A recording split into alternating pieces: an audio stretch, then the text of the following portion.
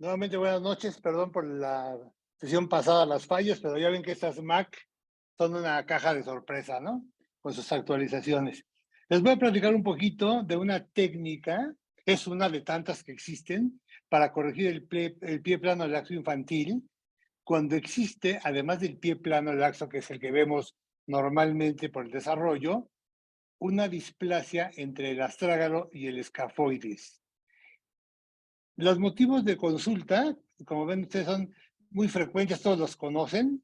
Son las caídas frecuentes, que son normales en los niños de 2 años, las alteraciones en la marcha que meten los pies, las que se cansan frecuentemente, la falta de habilidad para deportes, etcétera.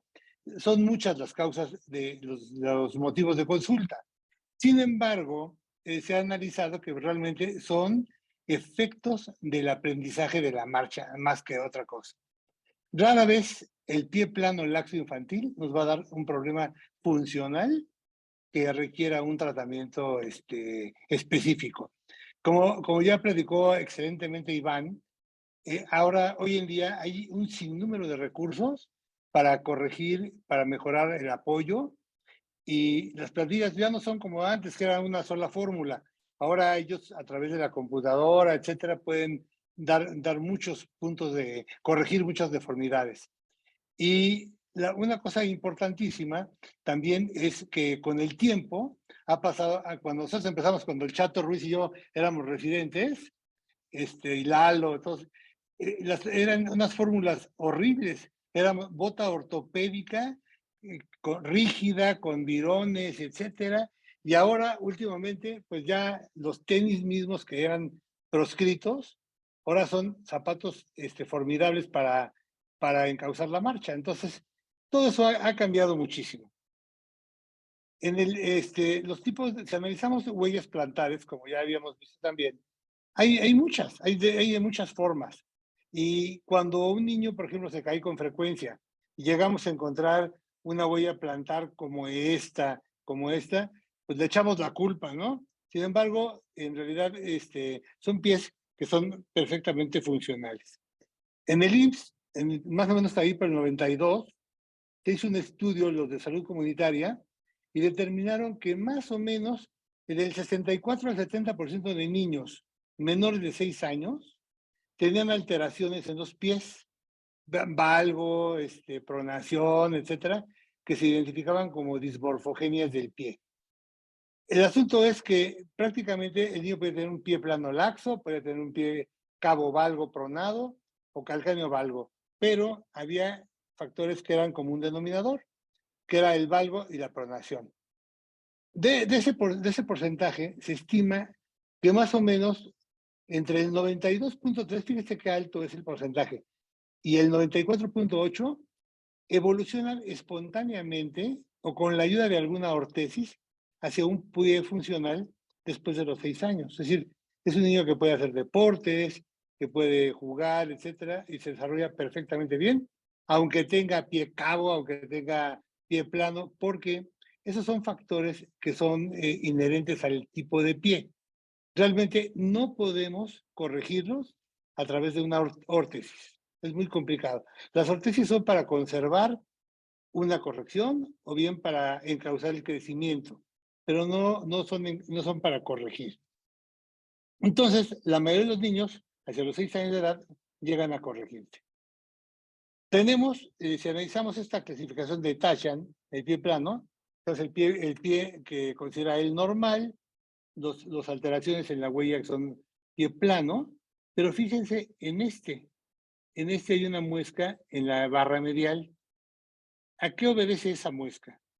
Son pies con deformidades en pronación muy severas. Aunque le metamos bota ortopédica rígida, inserts, lo que quieran, no vamos a poder corregir ese tipo de pies porque existe un problema que nos va a dar la subluxación de la cabeza del astrágalo contra el escafoides. Es una luxación plantar y medial. Es una subluxación. Y hay hiperlaxitud de ligamentos, el rodete glenoideo, que es igualito al de la cadera, está aplanado, está destrozado. Entonces, estos niños los comparamos con la coxa, le han llamado la coxa pedis a esta articulación, porque tienen el mismo comportamiento. Pero fíjense, se estima que solamente el 5 al 7% de los niños mayores de 6 años tienen este tipo de problema. Entonces, realmente se circunscribe es muy limitado la indicación quirúrgica. Fíjense, por ejemplo, aquí en el estudio radiográfico, que es la muestra más objetiva, cómo el ángulo astrágalo-escafoideo es de 35 grados contra el normal, que es de 60-85. Una cosa que es más, para mí, más objetiva que el ángulo, porque eso depende de dónde pongamos el goniómetro, es la cabeza del astrágalo está subluxada medialmente más de la mitad, fíjense. Y entonces eso nos da esa muesca en el pie plano de cuarto grado. Y desde luego, clínicamente, la pronación. En la proyección lateral, el doctor Valcárcel nos hablaba también en la sesión pasada de este eje, que es el eje de Mary, que es el astrágalo escafoides cuña, y que puede estar partido en diferentes puntos. Miren, está subluxado plantarmente, aquí está bien, pero después del escafoides hay una angulación. En fin, puede tener diferentes variantes. Una cosa que puede acompañar y que debemos revisar forzosamente es si existe una contractura del tríceps, porque hay pacientes que de alguna forma esa contractura del tríceps nos hace una pronación persistente. También puede existir en la radiografía la presencia de un escafoides accesorio que hace una protrusión hacia la barra medial. El cuadro clínico así de los pacientes con displasia astrágalo-escafoidea son niños que son mayores de 6 años, con una pronación muy severa del medio pie, un valgo importante en el retropié y algo que nos es necesario que veamos, si estas deformidades son reductibles en forma pasiva. Porque si no son reductibles en forma pasiva, entonces probablemente estemos ante una sincondrosis. Entonces, ya no sería una displasia astrágalo-escafoidea. Al plantascopio, vamos a ver, fíjense, plano o cabo, puede ser lo contrario, pero lo que sí va a haber es pronación. Va a haber un genuvalgo consecuente y uno de los síntomas que pueden presentar estos niños es una marcha torpe, porque el pie está demasiado plano. Dolor casi no se presenta, eso es una falacia, no hay dolor. Si duele a veces es porque le aprieta el zapato, por otra causa, pero no por la subluxación. Existe una pilosidad ligamentaria y, contrario a lo que se piensa, patrón muscular normal. Ya ven que antes decíamos que haga ejercicios, que camine de puntas, de talones.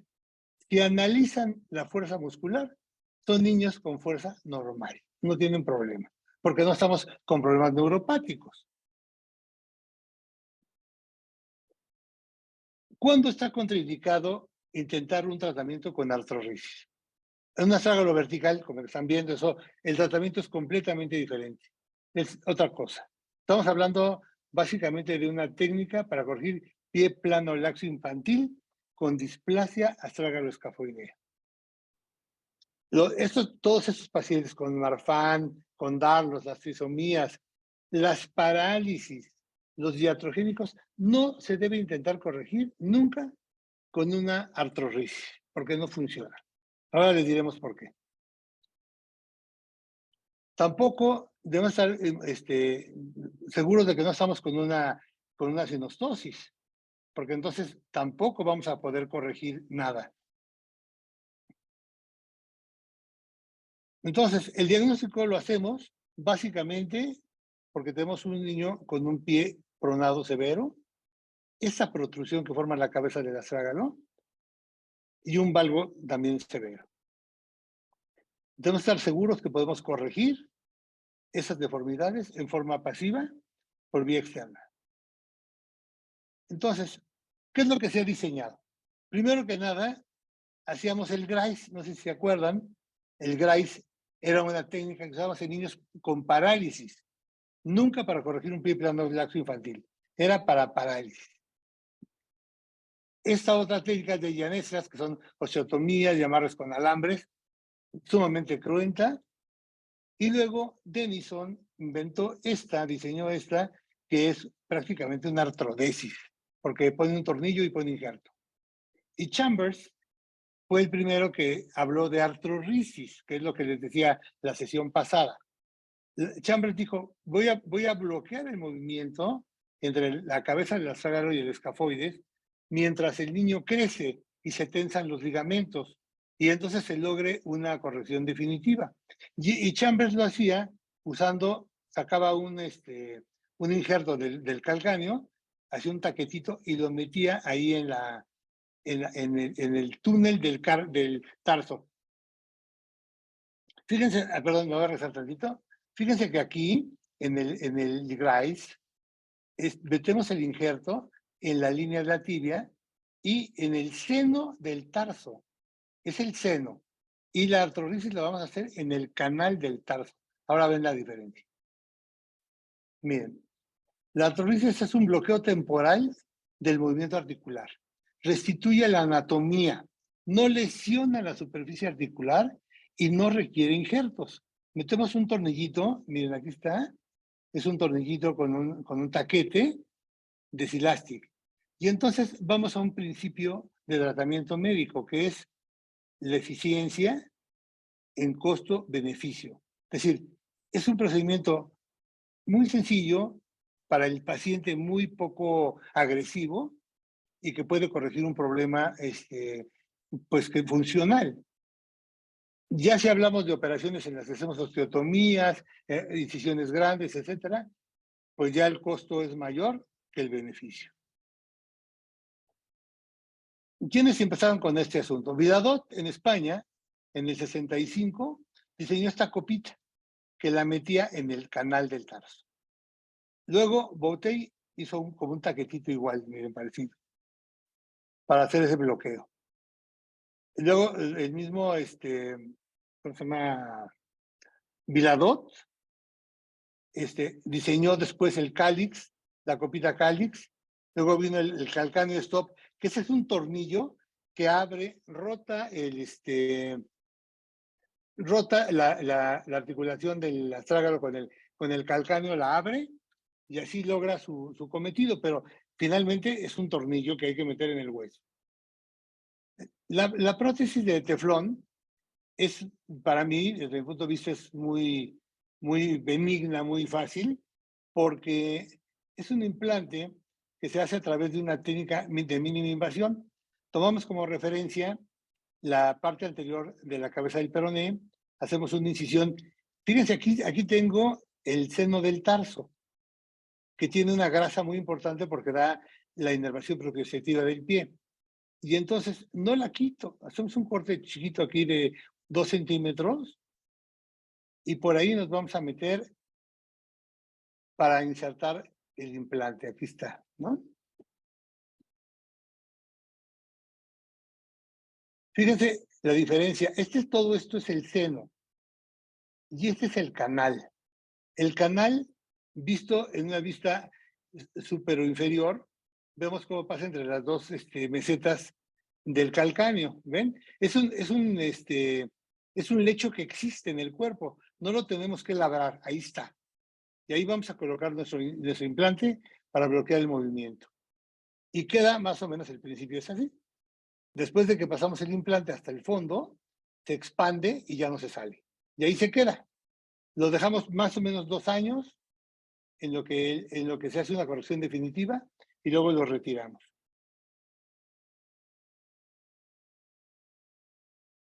Entonces, fíjese, ojo con esto, no es seno del tarso, es el conducto del tarso.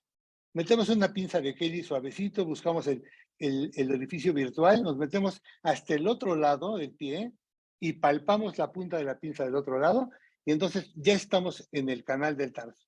Después introducimos estos dilatadores que van desde 6 milímetros hasta 12, dependiendo del tamaño del pie y de la tolerancia del paciente. Cuidado a no reventar los ligamentos. Solamente se hace un pequeño palanqueo para poderlo meter y para poder corregir.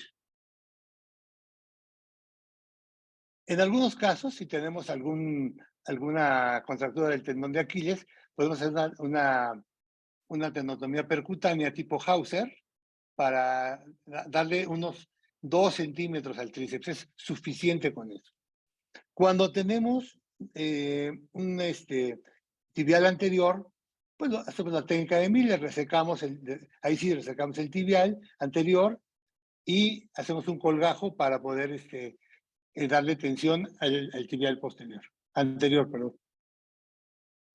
Bueno, fíjense aquí en las imágenes postoperatorias, preoperatoria, cómo está usada la cabeza. Una vez que metimos el implante, miren cómo se reduce la posición. Ese es en el postoperatorio inmediato. Aquí tenemos las imágenes preoperatorias con una pronación severa, valgo, y en el postoperatorio ya corregido. ¿Bien? Aquí tenemos otro caso, miren la luxación la subluxación de la cabeza astragalina, y ya reducido, miren, ya aquí queda empatado perfectamente bien. Entonces, ese implante ahí se deja 2 años. Y esos 2 años, el niño crece, se tensan ligamentos y se adaptan esas estructuras, por lo que también platicábamos en la sesión pasada, por la ley de Delpech, que se van acoplando mutuamente las estructuras óseas. Prácticamente en el eje de Mary se influye muy poquito.